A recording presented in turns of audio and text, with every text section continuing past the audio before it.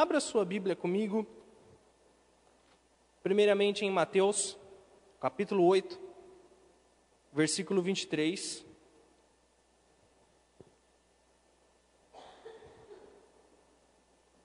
Eu me perguntava e perguntava a Deus, Deus, o que o Senhor deseja transmitir a nós nesta tarde? E eu me lembrei dessa passagem, e Deus falou forte ao meu coração através dela, e hoje eu compartilho com os irmãos. Num momento oportuno, inclusive, porque quando ligamos a televisão, nós vemos todas essas tempestades, né, que começaram ali no Caribe e se estenderam e chegou hoje aos Estados Unidos. Eu vi alguns vídeos na internet, uns ventos de 200 quilômetros por hora. Enquanto eu assistia aqueles ventos, eu me lembrei, isso aconteceu com Jesus também. Jesus, os discípulos, eles estavam no meio também de uma grande tempestade. É sobre esse texto que hoje eu quero compartilhar com todos vocês. Mateus capítulo 8, versículo 23. Todos encontraram? Amém. Diz assim: Então, entrando ele no barco, seus discípulos o seguiram. E eis que sobreveio no mar uma grande tempestade, de sorte que o barco era varrido pelas ondas. Entretanto, Jesus dormia. Mas os discípulos vieram acordá-lo, clamando. Só um minuto que virou minha folha. Mas os discípulos vieram acordá-lo, clamando: Senhor, salva-nos, perecemos. E perguntou-lhes então Jesus: Por que sois tímidos, homens de pouca fé? E, levantando-se, repreendeu os ventos do mar, e fez-se grande bonança. E maravilharam-se os homens, dizendo: Quem é este, que até os ventos e o mar lhes obedecem? Avance um pouquinho para frente, vamos ler agora o relato de Marcos, capítulo 4, versículo 35. Marcos nos diz algumas coisas diferentes, que complementam o relato de Mateus.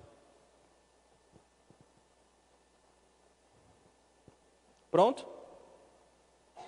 Voltou Jesus a ensinar à beira-mar, e reuniu-se numerosa multidão a ele, de modo que entrou num barco, onde se assentou, afastando-se da praia, e todo... perdão, gente.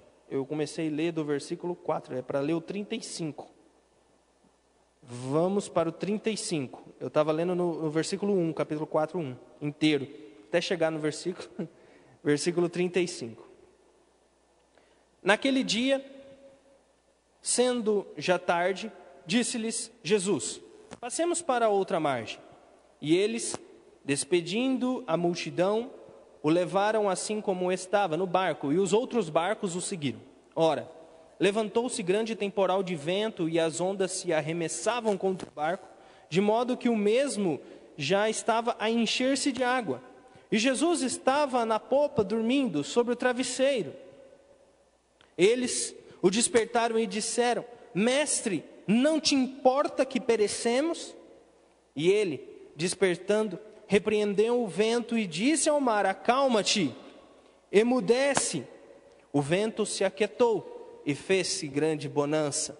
Então lhes disse: Por que sois assim tímidos? Como é que não tendes fé? E eles, possuídos de grande temor, disseram uns aos outros: Quem é este, que até o vento e o mar lhe obedecem? Abaixa a sua cabeça.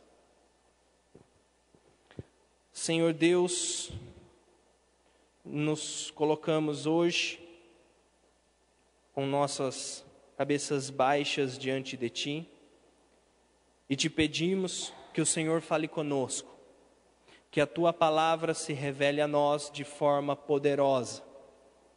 Senhor, que não sejam minhas palavras, eu nada tenho a acrescentar à vida de ninguém, mas tuas palavras produzem vida e vida em abundância, produzem vida eterna. E não há para onde ir, não há o que ouvir, senão as tuas palavras, porque elas são luz para os meus pés, elas me direcionam, elas são guia para a minha vida. Senhor, que a tua palavra nos encontre e fale conosco e nos quebrante e nos faça entender tudo aquilo que o Senhor tem para nós nesta tarde. Eu oro e agradeço, porque sei que o Senhor é bom e a tua misericórdia dura para sempre. E hoje o Senhor demonstrará o teu amor conosco através desta palavra e nos abençoará.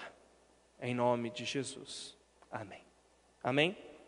Meu desejo nesta tarde é que você que veio até aqui hoje não saia como entrou. Pelo contrário, saia diferente, um pouco mais edificado, um pouco mais perto de nosso Senhor Jesus Cristo. Amém? A primeira coisa que eu gostaria de falar é que Deus é bom e sempre bom. Deus é bom e sempre bom em todas as ocasiões. E Deus não muda. Ele é imutável. Às vezes nós é que não conseguimos ver a bondade de Deus nas circunstâncias. Às vezes nós olhamos apenas para as tempestades e não vemos a bondade daquele que está conosco o tempo todo. Eu me lembro de uma ilustração muito conhecida, muito famosa, provavelmente você já ouviu. Se não ouviu, ouça neste momento. Havia um súdito do rei, e esse súdito do rei sempre dizia ao rei: Deus é bom, Deus é bom. E eles saíram a caçar, e na caça, um grande urso veio para cima do rei. O rei, naquele momento eufórico, pôs a mão na frente e perdeu um dedo. O urso conseguiu arrancar um dedo da mão do rei. Eles mataram o urso, mas o rei estava sem um dedo. O homem súdito daquele rei olhou para aquela situação e disse: Deus é bom. Aquele rei ficou indignado: eu perdi o dedo e você ainda me diz que Deus é bom? Eu estou aqui sangrando com uma dor enorme e você ainda diz que Deus é bom? Guardas, prendam esse homem. O rei então manda prender aquele súdito. E aquele súdito é preso. O dedo do rei, ele sara, ele cicatriza, e aquele súdito continua preso. O rei retoma as suas atividades de caça. E no meio da floresta, ele encontra agora uma tribo indígena, canibal. Aquela tribo vê aquele rei com a pele lisa e decide então jantá-lo. Capturam ele, levam ele, mas o cacique daquela tribo nota que a mão do rei estava com um defeito, porque não havia um dedo em uma das mãos. E ele disse: não devemos comer esse homem nos trará maldição. Só podemos comer aquele que é perfeito. Então soltaram o rei, e ele foi desesperado, correndo às pressas para o seu palácio. E quando ele enfim chega, com o coração já contrito, ele então manda soltar o servo que ele tinha ido prender. E ele diz: tragam-me aquele servo aqui. E aquele servo veio, e ele disse: olha, o rei disse, Deus de fato foi bom comigo. E o servo então respondeu: sim, Deus é bom. Mas o rei, ainda com um ponto de interrogação, disse: eu só não entendi uma coisa. O que foi? Por que Deus permitiu com que eu o mandasse prender? Porque se eu estivesse lá, eu teria morrido. E Deus livrou os dois através das circunstâncias. Deus, Ele é bom, sempre bom, independente das circunstâncias que nos cercam. O que acontece é que às vezes nós só olhamos para as circunstâncias. As tempestades da vida não anulam a bondade de Deus. Não anulam. Só conseguimos enxergar a majestade dos montes quando nós estamos no vale. Só conseguimos enxergar a beleza das estrelas quando uma noite escura está sobre nós.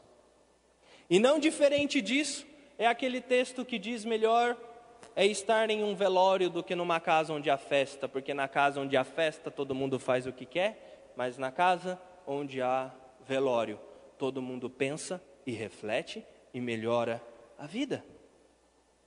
É das profundezas da nossa angústia que nós nos erguemos para as maiores de nossas conquistas.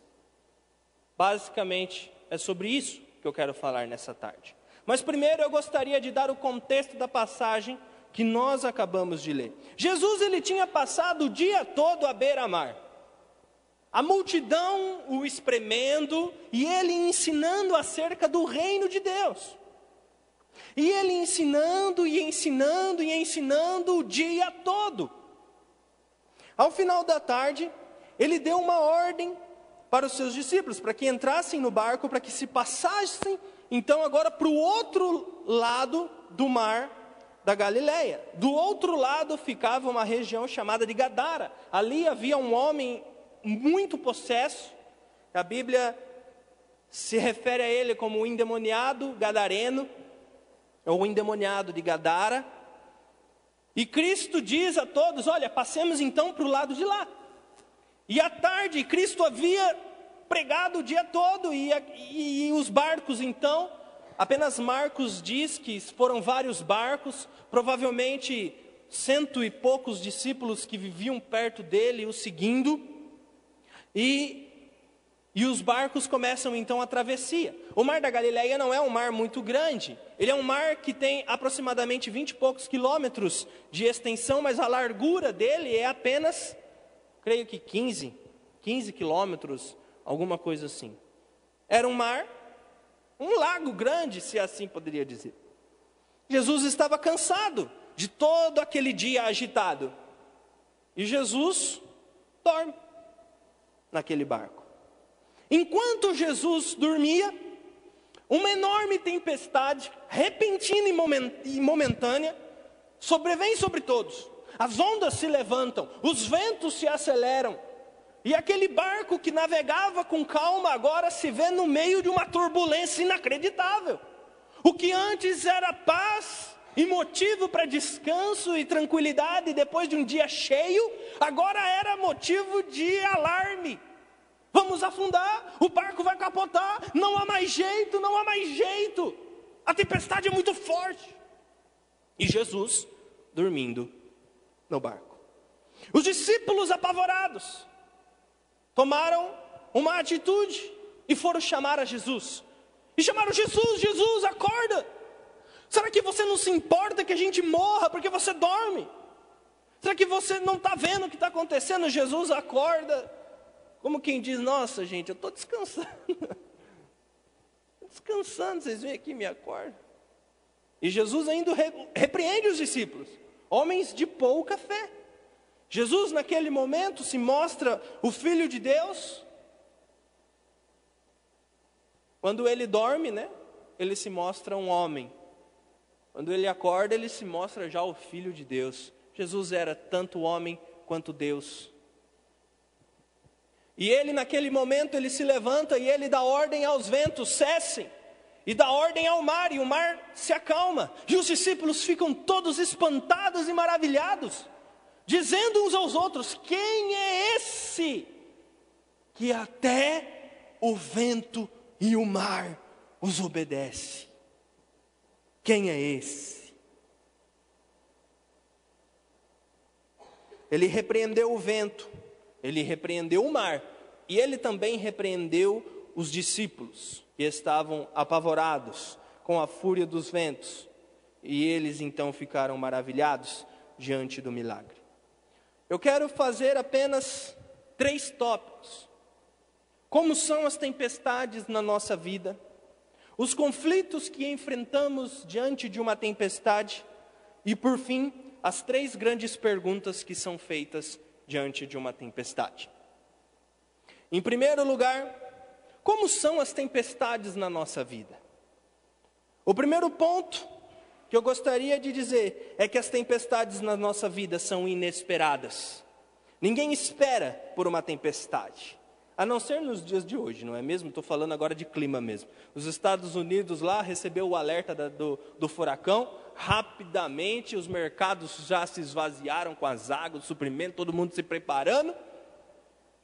Infelizmente não podemos fazer isso nas nossas vidas, né? Que bom seria se soubéssemos todas as vezes que passaríamos por lutas, provações e pudéssemos nos preparar, mas não é assim que acontece. As tempestades nas nossas vidas são completamente inesperadas. Ninguém está esperando e ela aparece. A semelhança com as tempestades do Mar da Galileia.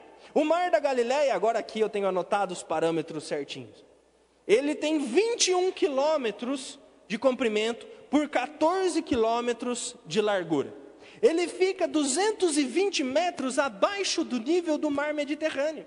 E ele fica cercado por montanhas, uma cordilheira de montanhas de 300 metros, inclusive o Monte Hermon, com mais de 2.700 metros de altura, onde possui a neve no topo. E tudo isso contribui para uma coisa: a baixa pressão, aliás, a alta pressão atmosfera, aliado das montanhas e um monte de outras coisas que um geólogo poderia explicar melhor. O que acontece? O vento forma uma espécie de corredor entre as montanhas e repentinamente ele sobrevém sobre o Mar da Galileia. E era então conhecida essa fama do Mar da Galileia até os dias de hoje, é assim. Até os dias de hoje. Está calmo, tranquilo, quando de repente o mar se agita, os ventos sopram forte e tempestades vêm abruptamente, com força e violência e repentinamente. Interessante em Mateus, no livro de Mateus, quando nós vemos a palavra grega que ele usa é seismos. E essa palavra, ela quer dizer terremoto. Mateus quis dar tanta ênfase à tempestade que sobreveio sobre eles, que ele usa a palavra terremoto. É como se fosse um terremoto de águas sobrevindo sobre o barco, a ponto de que os discípulos pensassem: vamos afundar, não tem mais jeito. As tempestades na nossa vida são assim também, são inesperadas. Um acidente, quando menos se espera, um acidente. Quando menos se espera, uma enfermidade grave. Quando menos se espera, uma crise no casamento, algo terrível pode acontecer. Ou, quando menos se espera, um patrão pode se achegar e dizer: olha, não vou poder mais continuar com você. E de uma hora para outra você pode ficar desempregado. As tempestades não mandam um telegrama dizendo: olha, eu vou vir e vou mexer na sua vida.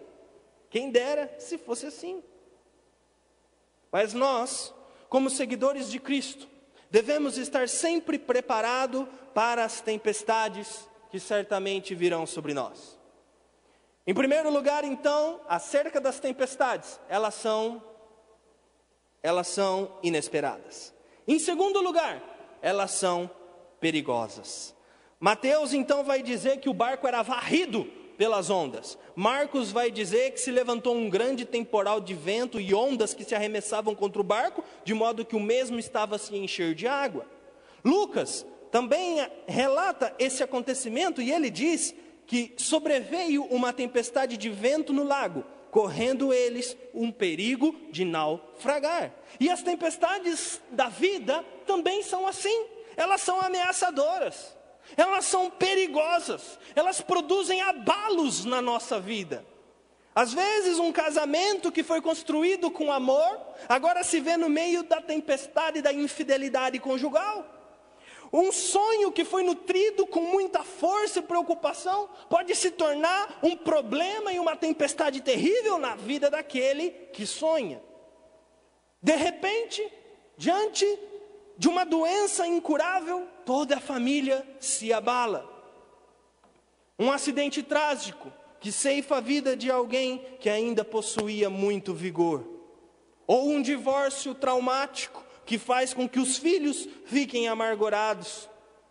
Uma amizade que foi construída sobre os concretos sólidos de anos e anos, agora se vê diante de uma tempestade, a tempestade de uma traição, por exemplo. Um filho que sempre foi obediente, agora por influência das drogas, se torna uma pessoa agressiva, rebelde, e uma tempestade vem sobre a família. Ou uma pessoa que aparentemente não tem problema nenhum, mas vive presa de vícios, escrava. Tempestades, tempestades e tempestades. A tempestade ela não avisa, e a tempestade pode ser perigosa. Em terceiro lugar, acerca das tempestades, as tempestades também são inadministráveis, incontroláveis.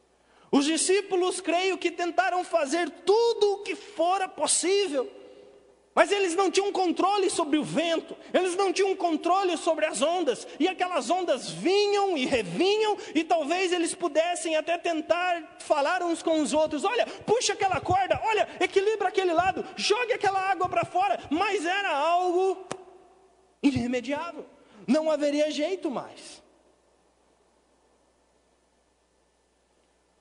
As tempestades são maiores do que as nossas forças. Os discípulos se esforçaram para contornar o problema, para tentarem saírem ilesos da tempestade. Mas há problemas que nos deixam com uma profunda sensação de impotência, é ou não é? Não há problemas que nós olhamos e dizemos: meu Deus, mas eu não sei o que eu vou fazer. Não tem mais o que eu fazer. Não tem mais, tudo que eu faço piora a situação, ou não frute efeito, e cada vez é pior. Você está diante de uma tempestade. Você está diante de um furacão. Não temos força para resistir à fúria dos ventos de um furacão, ou à força das ondas que nos sobrevêm. Quando o problema é maior do que a nossa força, precisamos olhar para Deus e aprender nele. Pois, quando a tempestade está fora do controle, certamente não está fora do controle de Deus. E foi exatamente isso que os discípulos podem ter pensado. Já não tem mais o que fazer, não há mais saídas humanas para tudo o que está acontecendo. Então o que eu faço? Eu corro para Deus. Eu corro para Jesus. Essa é a tempestade que muitas vezes vem sobre nós. Ela vem sem avisar. Ela é muito perigosa. E ela é incontrolável. Incontrolável. Eu gostaria de falar agora também sobre os conflitos que enfrentamos diante de uma tempestade. Porque quando nos colocamos diante de uma tempestade, conflitos nos sobrevêm. E o primeiro conflito é como conciliar a obediência a Cristo com a tempestade. Olha que interessante o que aconteceu com aqueles discípulos. Jesus disse a eles: olha, vamos atravessar para o lado de lá. E Jesus disse para ele: olha, vamos atravessar, e nós, então, temos uma missão para o lado de lá. Os discípulos entraram no barco por ordem expressa de Jesus Cristo. Os discípulos estavam no centro da vontade de Deus. Eles estavam onde Jesus mandou estar, fazendo o que Jesus mandou fazer, e indo para onde Jesus mandou ir. E mesmo assim, eles foram atingidos por uma tempestade. Às vezes, as tempestades sobrevêm sobre nós. Não é nem porque estamos contra a vontade de Deus, mas porque estamos a favor da vontade de Deus.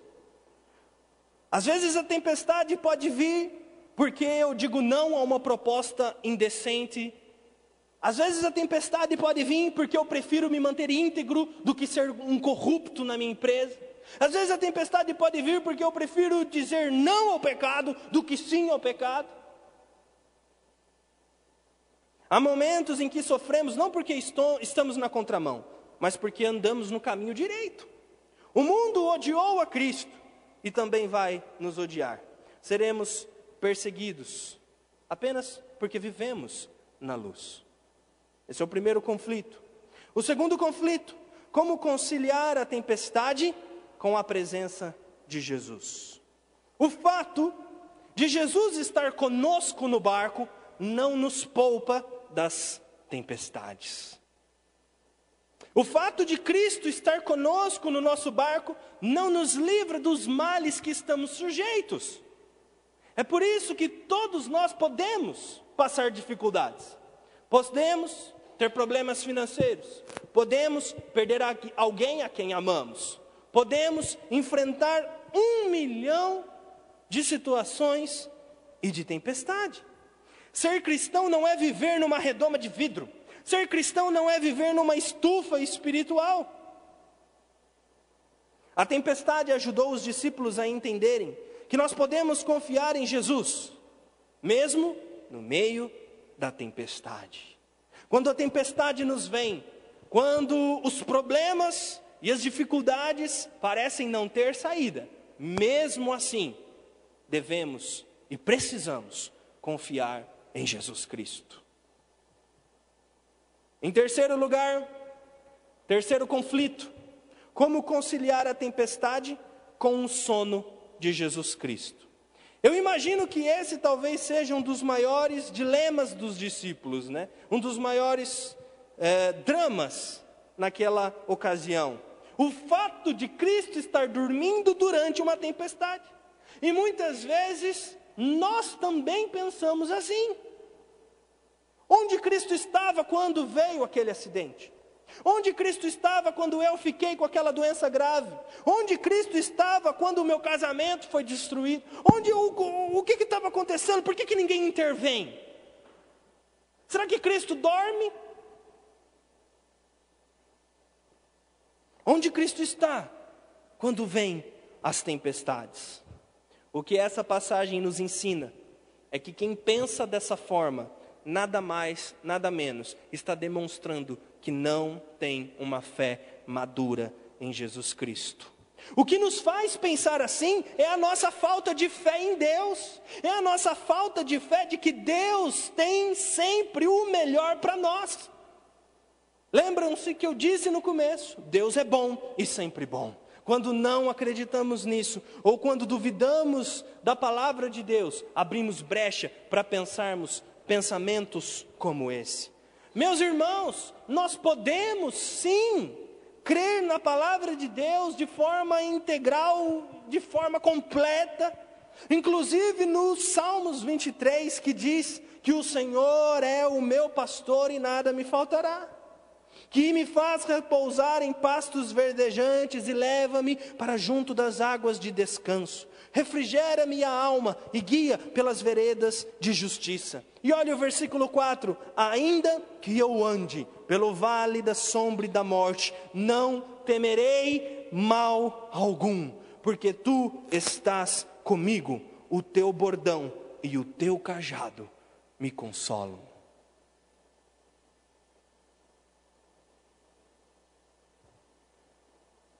Em meio à tempestade, nós podemos confiar que Deus é bom, sempre bom,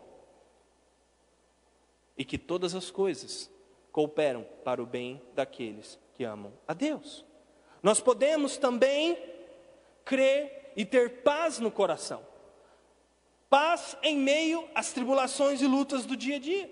Sempre gosto de dizer a todos vocês, o que nos diferencia dos não cristãos não é se somos ou não somos atribulados, se temos ou não temos o carro do ano, se temos a melhor casa ou não temos a melhor casa, se temos doença ou não temos doença, se passamos por morte ou não passamos por morte. O que nos diferencia daqueles que não têm Cristo é como nos comportamos diante das adversidades. Alguém que não tem Cristo facilmente tem seu chão aberto e um abismo de tristeza e dor o aguardando. Mas aquele que tem Cristo, mesmo diante da tribulação e mesmo diante da tempestade, ele pode permanecer inabalável e tendo em seu coração a alegria do Espírito Santo. Uma paz indizível, uma paz que excede todo entendimento.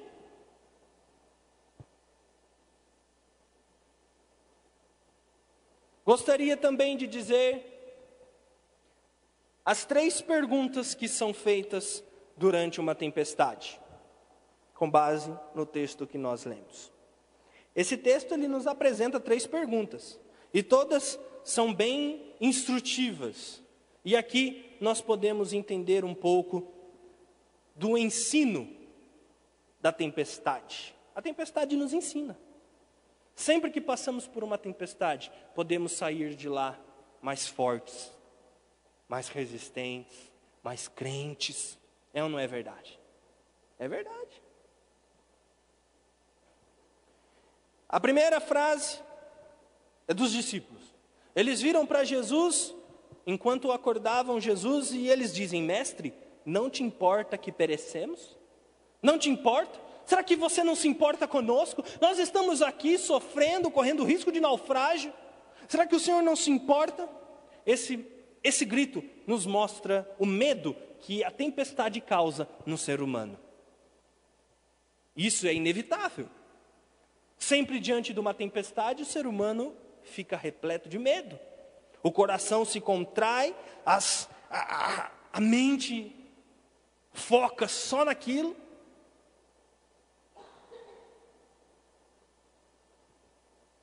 Esse grito também ele mostra que aqueles discípulos não estavam completamente vazios de fé. Eles tinham até alguma fé. Porque senão talvez eles nem tivessem procurado Jesus, né? Provavelmente cada um teria pulado do mar e salve-se quem puder. Salve-se quem puder, vamos embora daqui, vamos todo mundo morrer. Não, mas eles, um pouquinho assim de fé eles tinham. Que eles foram até Jesus lá e disseram: Jesus, socorro! Socorro, Jesus! Por favor, acuda-nos, porque vamos morrer.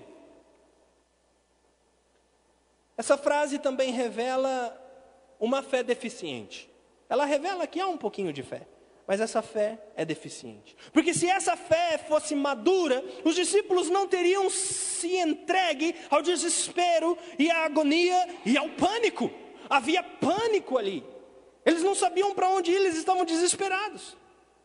Se eles tivessem uma fé madura, eles manteriam a calma. Eles manteriam a calma, eles parariam, eles respirariam. Talvez nós precisamos então acordar o mestre. Mestre, você poderia nos ajudar? Não, mestre. Estavam desesperados. A segunda frase, agora é a frase de Jesus. Por que sois assim tímidos? Por que não tendes fé? Aqueles discípulos deveriam ter fé e não medo.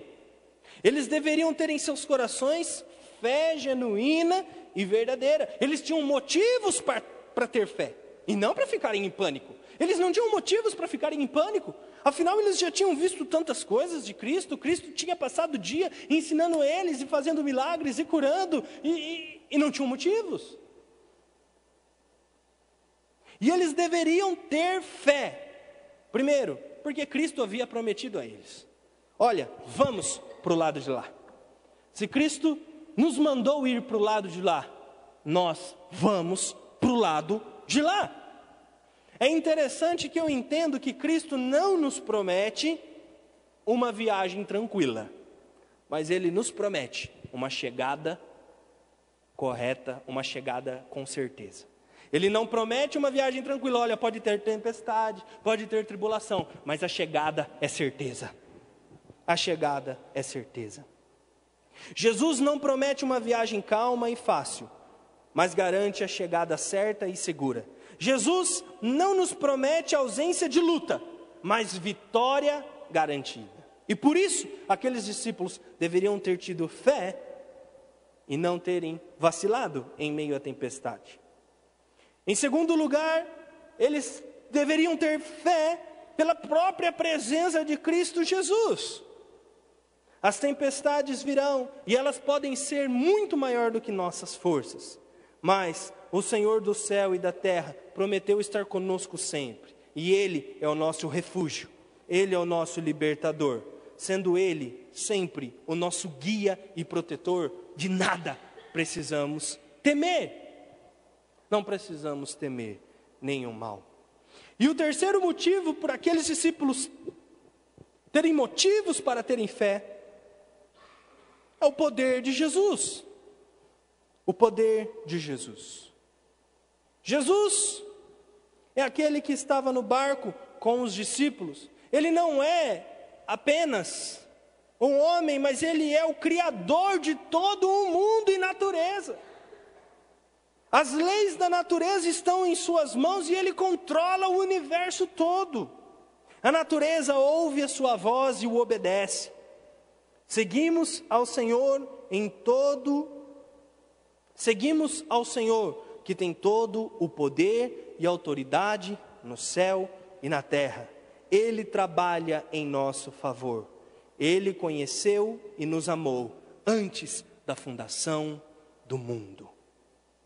E a terceira e última frase destas que encontramos no meio da tempestade. A primeira delas é: Jesus, não percebe? Vamos morrer. A segunda é: olha, homens de pouca fé. E a terceira é o reflexo dessas duas.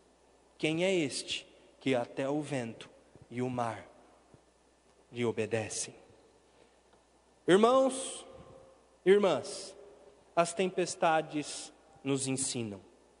Elas são escola de Deus para nos ensinar as maiores lições da nossa vida. Aprendemos mais na tempestade do que nos tempos de bonança. Foi através do livramento da tempestade que os discípulos puderam ter a visão de um Cristo poderoso e grandioso, que até o mar e o vento lhes obedecem. Os discípulos estavam com medo da tempestade, mas agora eles abandonaram completamente o medo da tempestade e passaram a ter um grande temor, não com a tempestade, mas com o Criador da tempestade, aquele que domina a tempestade, aquele que criou os céus e a terra, agora estava diante deles e os olhos dele puderam se abrir. Os discípulos ficaram espantados. Esse homem não é sujeito às tempestades, ele controla as tempestades. Quando Jesus faz cessar o vento, quando Jesus faz o mar se acalmar, é como se o mar e o vento fosse uma criança brincando, e diante da voz de repreensão do pai: aquieta-te, aquela criança aquietasse. Mateus diz que os discípulos se maravilharam, e Marcos diz que eles temeram grandemente. Antes eles tinham medo da natureza, agora eles temem o Criador da natureza. Antes eles estavam amedrontados pelo vento, mas agora eles estão cheios de temor pelo Senhor dos ventos. Agora eles estão cheios de admiração diante do poder de Jesus. Diante de uma tempestade, quem você teme? As circunstâncias ou o Senhor das circunstâncias? Nós cristãos nos rendemos não às circunstâncias, mas o Senhor de todas as circunstâncias. Jesus Cristo é seu nome. Nós cristãos, diante de uma tempestade, nos ajoelhamos e clamamos ao Senhor, que tem todo o poder, cujo domínio está em suas mãos. E é Ele, e somente Ele, que pode nos dar paz no meio de uma tempestade. Quero convidar você a abaixar a sua cabeça. Talvez você esteja no meio de uma tempestade, olhando para sua volta e não vendo solução. Talvez você esteja desesperada, sem saber para onde ir, com medo do que pode acontecer. Meu irmão e minha irmã, eu tenho a dizer a você: tenha fé. Tenha fé. Tenha fé. Cristo está no barco. E nós podemos chamar a Ele: Senhor, ajuda-nos. O Senhor que é o Senhor dos ventos, o Senhor do mar, que acalma as tempestades e que acalma os ventos. A situação na minha vida está fora de controle. A situação com o meu filho está fora de controle. A situação com o meu pai, com o meu vizinho está fora de controle. A situação no serviço está fora de controle. E eu não sei o que fazer. Mas eu ouvi que o Senhor é aquele que acalma as tempestades. E eu preciso que o Senhor acalme as minhas tempestades. Eu sei, eu entendi que muitas vezes o Senhor não nos livra das tempestades, mas o Senhor está sempre conosco, nos ajudando, nos direcionando, nos dando força, e por isso eu sei que eu posso ter paz, mesmo que as tempestades não cessem. Então me permita segurar em tua mão e passar junto contigo essa tempestade, e isso pode nos trazer paz. Não precisamos nos desesperar, não precisamos olhar como se não houvesse outra solução, como se tudo tivesse chegado ao fim. Não, porque o choro, ele pode até durar uma noite, mas a alegria vem pela manhã. Senhor Deus, quero colocar todos que estão aqui diante de Ti e pedir que o Senhor os abençoe.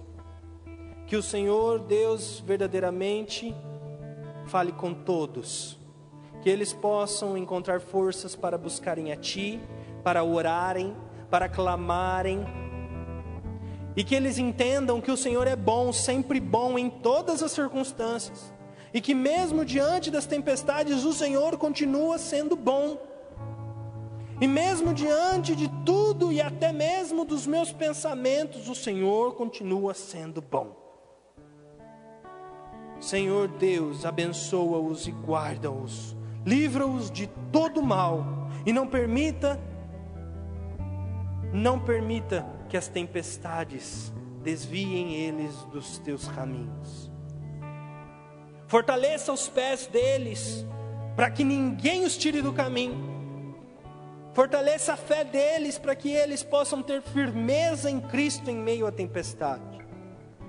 E Senhor Deus, Pai Todo-Poderoso, ajuda-nos a passar por este caminho, a passar por esta jornada, a passar por esta situação, e que ao final possamos sair com a cabeça erguida e crentes de que o Senhor é bom e tudo coopera para o bem daqueles que te amam e que esperam em Ti. Obrigado, Senhor. Obrigado.